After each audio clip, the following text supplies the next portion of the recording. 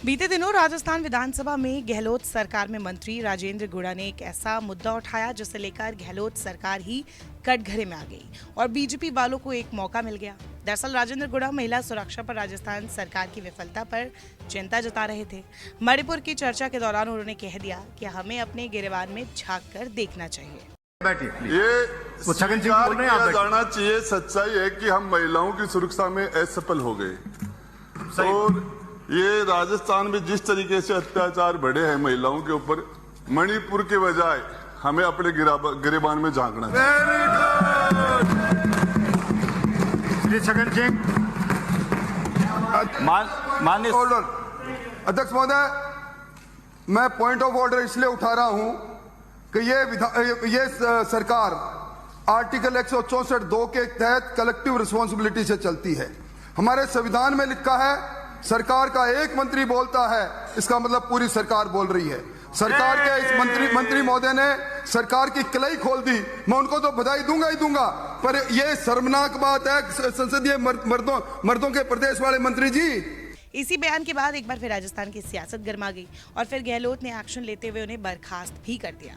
लेकिन इस बीच ये जानना जरूरी हो जाता है कि आखिर राजेंद्र गुड़ा है कौन, उनका पायलट से क्या कनेक्शन है। राजेंद्र गुड़ा की बात करें तो राजेंद्र गुड़ा झुंझुनू जिले की उदयपुर वाटी से विधानसभा सीट से विधायक है। वे 2008 में पहली बार बीएसपी से चुनाव लड़कर जीते थे। उसके बाद उन्होंने अपनी पार्टी के विधायकों के साथ गहलोत सरकार को समर्थन दे दिया था। सीएम गहलोत ने रिटर्न गिफ्ट दिया और राज्य मंत्री बनाया था। साल 2018 में भी राजेंद्र फिर चुनाव जीते और गहलोत सरकार को समर्थन दिया। एक साल बाद ही सितंबर 2019 में गुड़ा समेत बीएसपी के 6 विधायक कांग्रेस में शामिल हो गए। गुड़ा को गहलोत सरकार में दूसरी बार मंत्री बनाया गया। हैरान करने वाली बात यह है कि गुड़ा को गहलोत का कट्टर समर्थक माना जाता था, लेकिन 1.5 साल पहले अचानक उनके सुर और तेवर दोनों बदले बदले से नजर आ रहे थे। कहा जाता है कि गुड़ा पायलट खेमे में आ गए थे और फिर उनकी गहलोत से दूरियां बढ़ती गई। इसका एक कारण ये भी था कि उन्हें मनचाहा मंत्रिमंडल नहीं मिला था। गुड़ा को लगातार पायलट के साथ मंच शेयर करते देखा गया। उनके समर्थन में कई बार बयानबाजी भी कर चुके हैं और सीएम पद दिए जाने का समर्थन भी किया है। राजेंद्र के सारे बयानों की बात करने की जरूरत नहीं, सबसे ताजा बयान ही उनका काफी है।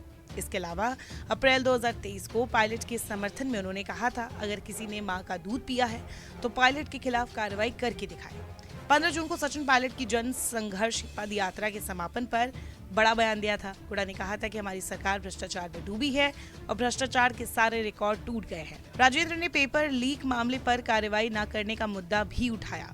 फिलहाल राजेंद्र गुड़ा से जब मीडिया ने बात की तो उन्होंने कहा कि उन्हें सच बोलने की सजा मिली है। साथ ही उन्होंने भविष्य की रणनीति को लेकर जल्द कोई बड़ा कदम उठाने का संकेत दे दिया है।